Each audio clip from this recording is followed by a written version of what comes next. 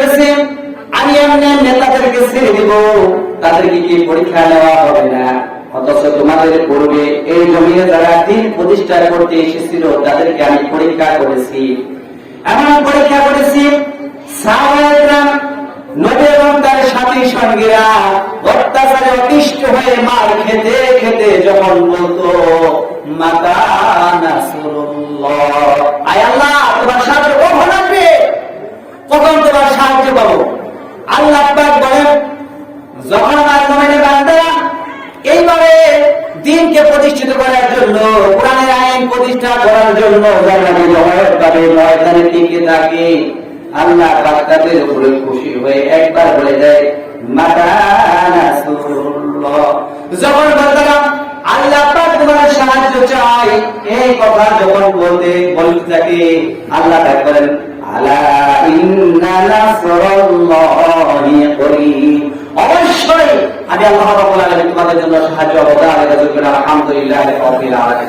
আপনারা দেখেছেন বাক্সের যে কখনো এই মাথার উপর থেকে বিশাল বড় পাহাড় পাথর কখনো সরে যাবে না, চিন্তা করছেন কখনো? কিন্তু আল্লাহ পাক সরে দিয়েছে, আলহামদুলিল্লাহ বলবেন না? আল্লাহ পাক বলেন এভাবে মুমিন বান্দারা কিভাবে অত্যাচারী হয়েছিলাম লক্ষ্য করে নবী করিম সাল্লাল্লাহু আলাইহি ওয়াসাল্লাম কাবার চত্বরে যখন রোদের সময় হাতটা মাথার নিচে দিয়ে আল্লাহ রাসূল যখন আরাম ফরমাচ্ছিলেন গায়ের চাদরটা উপরে দিয়ে, এমন সময় হযরত খাব্বাব রাদিয়াল্লাহু তাআলা আনহু কিছু সাহাবী এসে উপস্থিত হলেন আল্লাহ রাসূলের খেদমতে।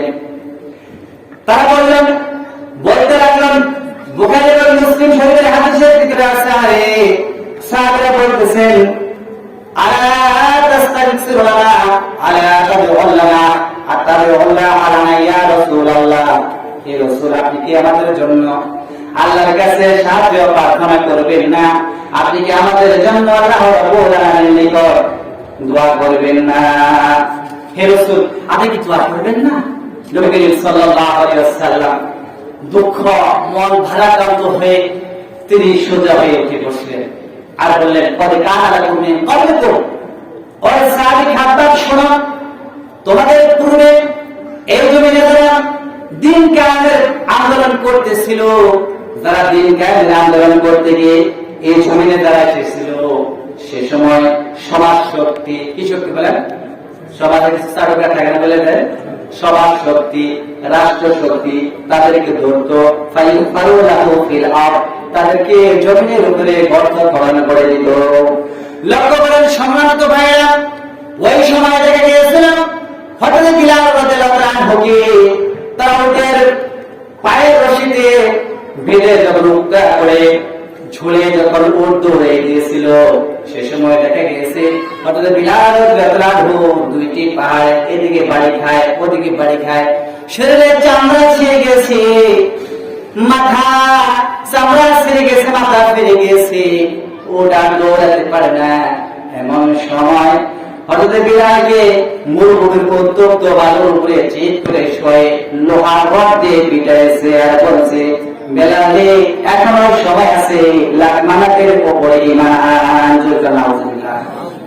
হঠাৎ বিলাল রাদিয়াল্লাহু আনহু হাতের আঙ্গুল ভেঙে গেছে, শাহাদাত আঙ্গুলটা উপরের দিকে দিয়ে বলছেন আহাদ আহাদ লা ইলাহা ইল্লাল্লাহ।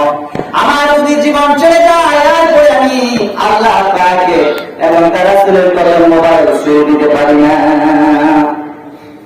একবার বলতে লাগলেন হযরত বিলাল রাদিয়াল্লাহু আনহু জিহ্বাটা টান দিয়ে বের করে বাবলা গাছের কাঁটা দিয়ে জিহ্বার মাঝখানে ফোঁটা করে দিলেন, রক্তটা ছিটকে বের হয়ে গেল। বিলাল রাদিয়াল্লাহু আনহু তিনি ভাবতেছেন আমি বোধহয় শহীদ হয়ে যাব। এরপরে বলছে বিলাল সময় আছে, লামানাতের উপর ঈমান আন, রাসূলের প্রতি ঈমান ছেড়ে দে। এরপরে শুধু বিলাল আশার আঙ্গুলটা উপরের দিকে দিয়ে দিয়ে ইশারাতে তিনি বললেন আহাদ।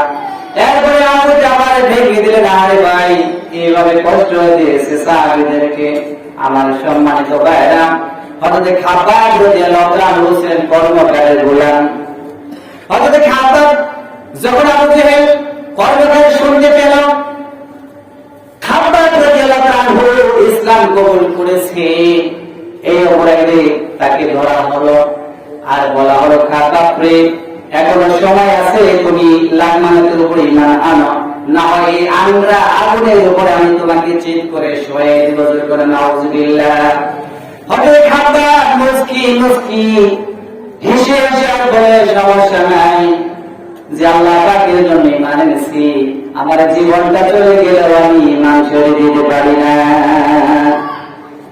এই কথা বলতে লাগলেন। হযরত খাবাবকে চারজন কাফের বেঈমানে ধরে গেল, দুই হাত দুদিকে বেঁধে যখন খুঁটির সাথে বেঁধে রাখলো, চেহারা গেলে যখন বেঁধে